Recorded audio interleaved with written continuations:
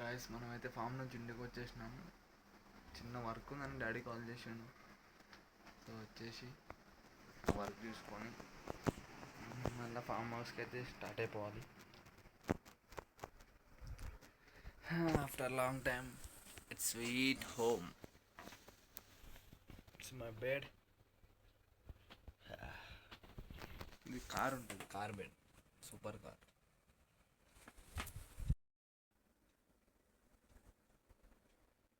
మనదే car.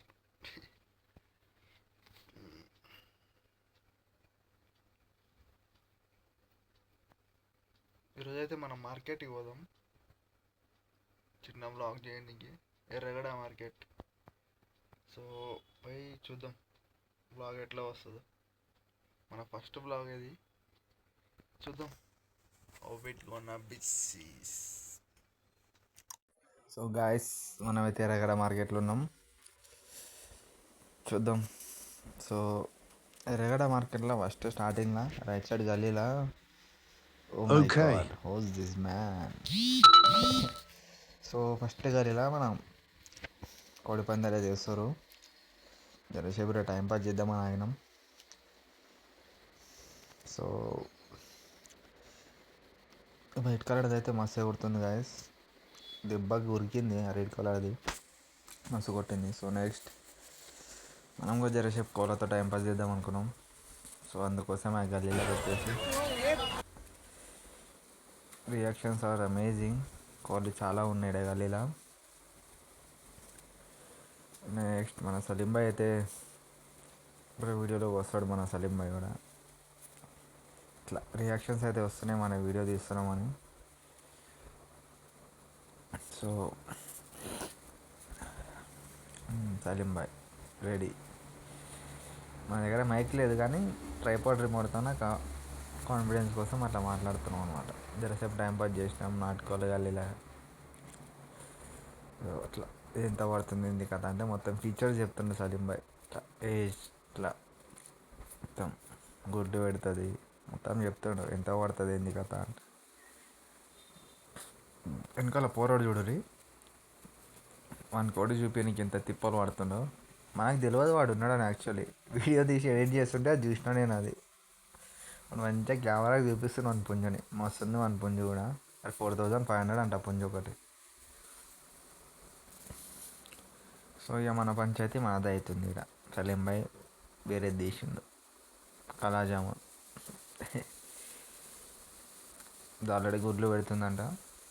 So అట్లా కొంచెంసేపు టైంపాస్ చేసినాం కోళ్ళతోన. తిరుగుదామని చెప్పేసి వచ్చినాం. ఇక వస్తే ఈ భయ్య కనబడ్డాడు, ప్రమోషన్ ఇవ్వమన్నాడు దుకాణానికి. షర్ట్లు ప్రైజ్లు అయితే చెప్తుండు మనకి. 250 నుంచి స్టార్ట్ 300 పడుతున్నాయి. చెక్స్ ఉంటాయి, ప్లెయిన్ షర్ట్స్ ఉంటాయి, ప్రింటెడ్ ఉంటాయి, మొత్తం చెప్తాడు. అది యాక్చువల్లీ మైక్ అనుకోండి కానీ మైక్ కాదు అది. అది గోబోయ్ అంటే వద్దన్న నాకు సిగ్గు అవుతుంది అన్నాడు. చలో ఓకే రైడ్ అనేసి మనమే కెమెరా ఫ్లిప్ చేసేసి భయానికి ఇక మొత్తం మనమే చెప్పేసినాం అనమాట. మన దగ్గర అన్నీ దొరుకుతాయి, track pant, jean pant, formal. Address కూడా చెప్పేసినాం. ఫైర్ స్టేషన్ నుంచి జర్ర ముందుకు వస్తే బై దుకాణం ఉంటుంది, బై రోడ్ మీదే ఉంటాడు, చూస్తే గుర్తుపడతారని. చలో రైట్ సెకండ్ చూసినాం. రైట్ వస్తుంటే మన బాయ్ కనబడ్డాడు. ఇవి అయితే మనకు చెప్తుండ్రు ఎన్నూరు మైరే.